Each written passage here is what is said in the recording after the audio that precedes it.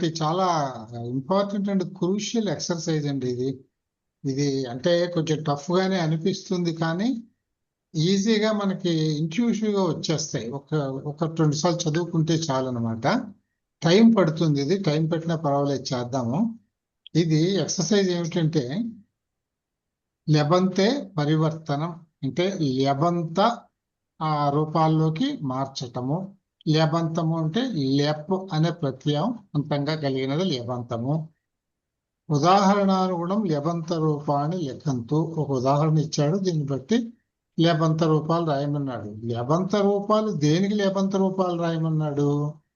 త్వాంత రూపాల్ని లెబంత రూపాల్లోకి మార్చమన్నాడు, పరివర్తనం. త్వాంతము అంటే త్వా అనే ప్రత్యయం అంతంలో ఉన్నది త్వాంతము.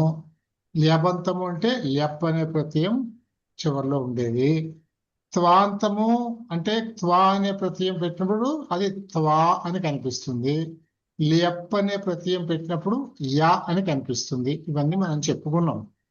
ఇంకా త్వా ప్రత్యయం ఎప్పుడు పెడతాము, లెప్ ప్రత్యయం ఎప్పుడు పెడతాము అని అంటే, అసలు ఈ రెండింటికి తేడా ఏమిటంటే, రెండింటికి తేడా ఏమీ లేదు. రెండింటికి ఒకటే అర్థము, ఒకటే సందర్భం. అయితే ఏది ఎక్కడ వాడతాము అని అంటే, ధాతువు నుంచి డైరెక్ట్ వెర్బ్ కనుక ఉంటే దానికి ఈ కృదంత రూపం వాడాలి అంటే త్వా అనే ప్రత్యయం పెడతాము.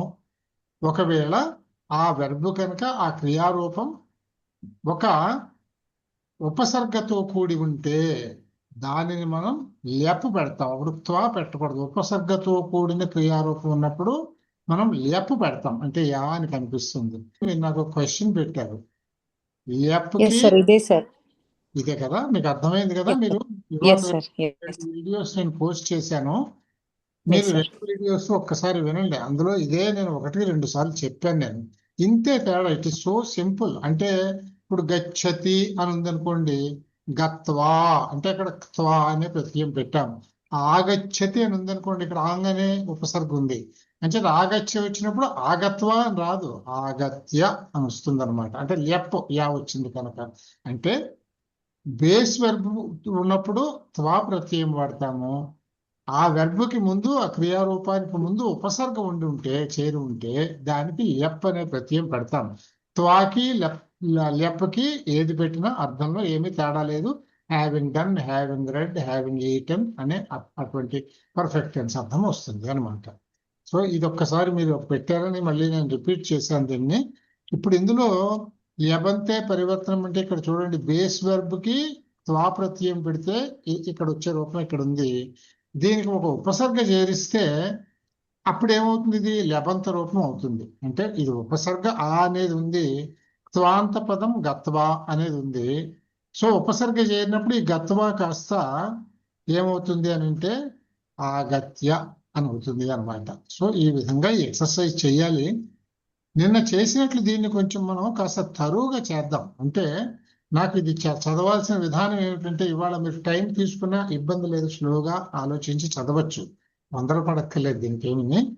ఇందులో నాకు ఈ గత్వా అనేటటువంటిది ఇక్కడ వీడు ఇచ్చిన త్వాంత పదం ఏదైతే ఉందో దీంట్లో ఉన్న ధాతువు ఏమిటో నాకు చెప్పాలి. ధాతువు ఐడెంటిఫై చేయడం చాలా ముఖ్యం. ధాతువుని ఐడెంటిఫై చేస్తే ప్రత్యయాల్ని ఎలా ప్రయోగించాలో మనకు ఆటోమేటిక్గా వచ్చేస్తుంది. కనుక దీని ధాతువు ఏమిటో చెప్పాలి. ఇక్కడ ఉన్నదానికి ఆ ధాతువుకి వెర్బ్ రూపం ఏంటి, క్రియారూపం అంటే కూడా ఎప్పుడు మొట్టమొదట చెప్తాం. ఉదాహరణకి గత్వ అనే దానికి ధాతువు గమ్ అనే ధాతువు. గమ్ అనే ధాతువులో నుంచి వచ్చిన క్రియారూపం ఏంటంటే గచ్చతి. అంటే మనం ప్రథమ పురుష ఏకవచనంలో చెప్తాం, గచ్చతి గచ్చతః గచ్చంతి, గచ్చసి గచ్చతః గచ్చత, గచ్చామి గచ్చావహ గచ్చామః. ఈ 3 కూడా మనం పరస్మైపదిలో ఈ 9 రూపాలు అన్నమాట. సో మనం మొట్టమొదటి చెప్తాం గచ్చతి. సో నాకు ఎలా చెప్పాలంటే, దీన్ని చదవడం ఎలా చదవాలి అంటే గత్వా గమ్ గచ్చతి ఆ గత్వా ఆగత్య, ఆ ప్లస్ గత్వా ఆగత్య, ఈ విధంగా చదవాలి. ఉపసర్గానికి ఎందుకు సార్ అలా డిఫరెన్షియేషన్ వచ్చింది? ఎందుకు ప్రత్యయం ఎక్కడ పెట్టాలి అనేది గ్రామర్ లో ఒక సూత్రం ఉంది, అది అంతే. మనం ప్రాక్టికల్ గా చూసుకునేటందుకు ఇది అప్లై అవుతుందని ఇలా నేర్చుకుంటాం, ఇలాగే చెప్తారు. కానీ రూల్ ఏమిటంటే ఎక్కడ ప్రత్యయం ఉండాలి, ఎక్కడ త్వా ప్రత్యయం ఉండాలి అనే దానికి వేరే గ్రామటికల్ సూత్రాలు ఉంటాయి. అది ఇప్పుడు మనకు వద్దు. ఇప్పుడు చెప్తాను, గుర్తుపెట్టుకోండి. ఇప్పుడు ఎక్కడ ఏది ఉండాలి, త్వా ఎక్కడ ఉండాలి, లెప్ ఎక్కడ ఉండాలి అని ఒక సూత్రం రాసుకొని మాట్లాడలేదు మనం. ప్రజాబాహుళ్యంలో అది ఏ విధంగా మాట్లాడబడుతూ ఉందో దానిని సూత్రాలను ఇమిడ్చారు. అదే వ్యాకరణం. అది మనం ఎప్పుడూ చెప్పుకుంటున్నాం అన్నమాట. అంచేత ఈజీగా ఉంటుంది. ఇప్పుడు చూడండి, ఇప్పుడు గత్వా అని ఉంది. ఆగత్వ అంటే ఆగత్య అంటే is it not easy to spell out. ఇప్పుడు పరిశీలయిత్వ, ఉత్తి శీల అనే ధాతు, ఇది శీల అనే ధాతు ఇక్కడ అనుకోండి. శీల అనే ధాతులో శీలయిత్వ అంటే శీలయతి, శీలయిత్వ అని వస్తుంది. దీనికి పరి అనే ఉపసర్గ చేసి పరిశీలయిత్వ అనే పరిశీల్య, పరిశీలించి. ఈజీగా లేదా? సో భాషలో అలా మాట్లాడుతున్నారు జనం. దానిని ఎందుకు అలా వచ్చింది అని అంటే, ఇవన్నీ చేయనప్పుడు పొడుగైనప్పుడు బహుశా పొట్టిగా ప్రాక్టికల్ గా మాట్లాడడానికి ఈజీగా ఉంటుందని. అల్టిమేట్లీ భాషా శాస్త్రంలో ఏం చెప్తారంటే, ఏదైనా కానీ భాష డెవలప్మెంట్ లో ఈజ్ ఆఫ్ యూజ్ అనేది దట్ ఈస్ ది రూల్. అంతే. ఏది సులభం ఎక్కడ ఉంటుందో, సౌలభ్యం ఎక్కడ ఉంటుందో ఆ విధంగానే భాష డెవలప్ అవుతుంది. మొట్టమొదట్లో భాష చాలా కష్టంగా ఉండేదట, ఏ భాష అయినా కానీ. అది వాడుకలోకి వచ్చే కొద్దీ మన అనుకూలతని బట్టి అది సులభం అయిపోవడం ప్రారంభించింది. ఆ సులభమై సెటిల్ అయిన భాషని ఏది ఎలా జరిగింది అనేది పరిశీలించి వ్యాకరణ శాస్త్రాన్ని రాశారు. గత్వా గం గచ్చతి ఆగత్య నీత్వా నీ ఆనీయ గర్భఫారం చెప్పాలిగా నాకు. నయతి, నయతి అనీయ ఆనీయ, శీలయిత్వా శీల పరిశీల్య శీలయతి సం హృత్వా రు. ఇప్పుడు కూడా అరుకారం ఉంటే హర్ అని మారుతుంది కదా. హరతి సంహృత్య సంభృత్య, కరెక్ట్. నత్వా నీ అగైన్ కాదు, నమ్ము ధాతువు నమతి. నమతి, నత్వ అంటే నమస్కరించి. నమతి ప్రణమ్య కృత్వా నిరాకృత్య కరోతి, అది కూడా చెప్పండి. కరోతి నిరాకృత్య. కరోతి నిరాకృత్య గృహీత్వా గృహ్ణాతి గృహీత్వా సంగృహీయ అభినందిత్వా నందతి అభినంద్య. బానే ఉంది కానీ నాకు ధాతు మళ్ళీ చెప్పండి. నంద అని ప్రాక్టికల్ గా అంటారు కానీ గ్రామర్ లో ధాతు రూపం నద్ అని ఉంటుంది. నందతి అభినందిత్య. నందిత్య అనకూడదు, అభినంద్య అను భూత్వా భూ భవతి అనుభూయ త్యక్త్వా త్యజ్. అంతే. సో త్యజ్ అనేది ధాతువు. త్యక్త్వా పరిత్యజ్య, అంతే. హూ ధాతువు హూ. ఆహూయ క్షాల క్షాళయతి ప్రక్షాళ్య. ఎక్సలెంట్. ఆపు ధాతువు. ఆపు సమాప్య సమాప్య. అంతే, పూర్తి చేసేని. సమాప్య, హావింగ్ ఫినిష్. సమాప్య ప్రాప్య. ఇది పృష్ట్వ కృ కృష్ కృష్యతి అకృష్య కృ నౌన్ వచ్చి వెర్బ్ వచ్చి కృష్యతి. హర్షతి. క్రూ అర్ర అవుతుంది ఎప్పుడు వెర్బ్ ఫార్మ్ వచ్చినప్పుడు. అరు ఉంటే అర్ర అవుతుంది, ఊ అంటే ఓ ఉంటుంది, ఈ అంటే ఏ అవుతుంది. జనరల్ గా అలా గుర్తుపెట్టుకోవచ్చు అనమాట. అంచేత కృష్ అనే ధాతువుకి కర్షతి అంటే టు టిల్ ది ల్యాండ్ అన్నమాట. అదంటే ఒక అర్థం చెప్తున్నాం మనం. ఇప్పుడు కర్షతి అంటే కేవలం టిల్లింగ్ ది ల్యాండ్ అని ఒక అర్థమే ఉండదు, 100 అర్థాలు ఉంటాయి. మనం పాపులర్ గా ఏది చెప్పుకుంటామో అది చెప్పుకుంటున్నాం అనమాట. సో కర్షతి, కర్షత, కర్షంతి అట్లా వస్తుంది అనమాట. సో కర్షతి అది కృష్ట్వా. అదే ఆ వస్తే ఏమవుతుంది? అకృష్య అకృష్య కదా ఆకృష్య ఆ దీర్ఘం ఆకృష్య ఆకృష్య ఆకృష్య దిష్ట్వా దిష్ట్వా దిష్ ధాతువు దిశ ఆ, దిశతి వర్బ్ ఫామ్ ఆ. సందిష్ట్య సందిశ్య దిశ్ ప్లస్ యా దిశ్య సందిశ్య స్థిత్వా ఉమ్. స్థీ ధాతు స్థా స్థా కరెక్ట్ తిష్టతి తిష్టతి.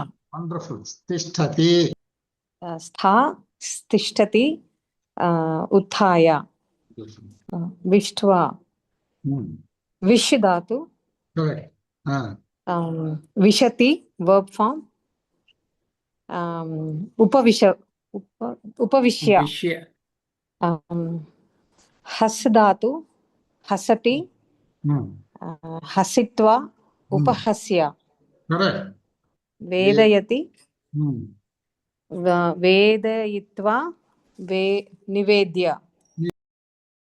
ఆ ప్లస్ ఛాదయిత్వ అని ఇచ్చారు కదా, ఆ ఛాదయిత్వ అనేదానికి క్రియారూపం ఛాదయతి. ఛాదయతి అనే క్రియారూపానికి ధాతువు ఛద్. ఇక్కడ ఆంగ్ అనేటటువంటి ఉపసర్గ ఉన్నది కనుక మనం వ్యబంతం చేస్తాం కనుక యకారం చేరుతుంది. అంచేత ఆఛద్య అని వస్తుంది అనమాట. అంతే, దాని ఫార్మ్ అంతే. అంటే మనం తెలుగులో ఆచ్ఛాదనము అని అంటాం కదా, ఇది ఆచ్ఛాదన అని ద్విత్వం రాదు, ఆఛద్య అని వస్తుంది అనమాట. అంతే. వి ప్లస్ స్మృత్వా ధాతు స్మృ విస్మృత్య. స్మృ ధాతువుకి వెర్బ్ ఫార్మ్ చెప్పండి. స్మరతి. రైట్, సరిపోయింది. వి ప్లస్ స్మృత్వా విస్మృత్య విస్మృత్య. విస్మృత్య మర్చిపోయి అని అర్థం అన్నమాట. సం ప్లస్ స్మృత్వా దీనికి స్మరతే వస్తుంది. ఓకే, సంస్మృత్య. కరెక్ట్. ఉద్ ప్లస్ ధృత్వా ధృ ధాతువు ఉద్ధృత్య. కరెక్ట్. ధ్రువుకి ప్లస్ ధ్రువుకి వెర్బ్ ఫార్మ్ ధరతి ధరతి. ఓకే, తర్వాత నిర్ ప్లస్ గత్వా గచ్ ధాతువు. ఏంటి? గమ్ గమ్ గమ్ గమ్ గమ్ సారీ గమ్. నిర్ ప్లస్ గత్వా నిర్గత్య.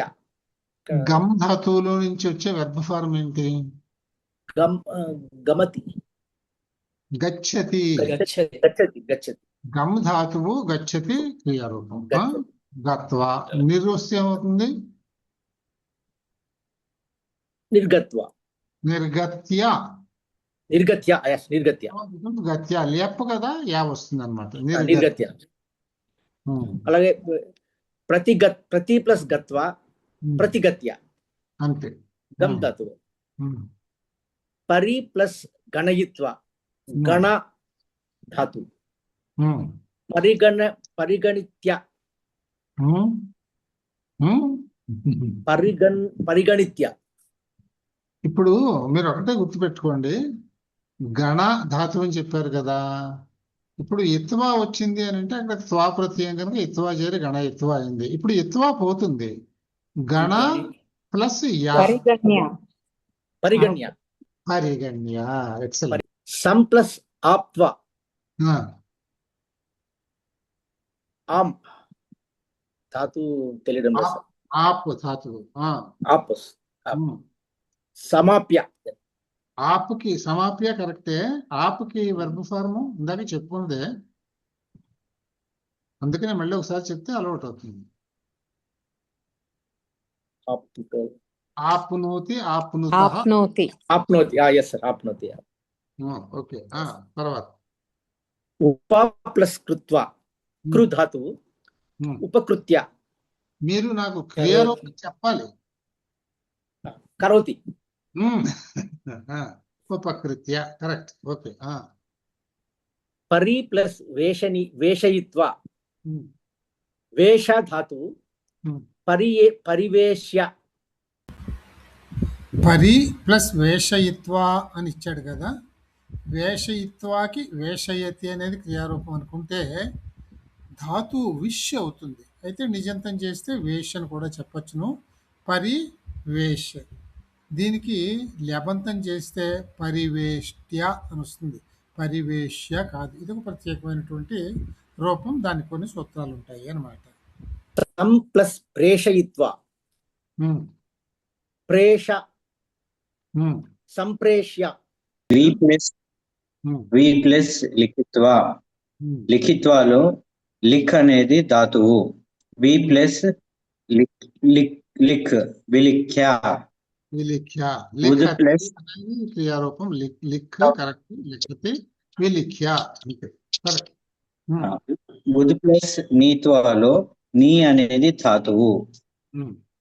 ఉద్ ప్లస్ నీ అయి కలిసినప్పుడు ఉదనయ కాదు, అని అనుకుంటా. ఉన్నీయా అని వస్తుంది. అది సంధి సూత్రుడు. ఉన్నీయా. ఉద్దు నీత్వ అంటే ఉన్నీయా అని వస్తుంది. ఆ ప్లస్ రూఢ్వా. రూఢ్వాలో రూఢ్ అనేది ధాతువు. ఇది ఆ ధాతువు. ప్లస్ ధాతువు ఏంటి? రూఢ్. కాదు, రుహ్ ధాతువు.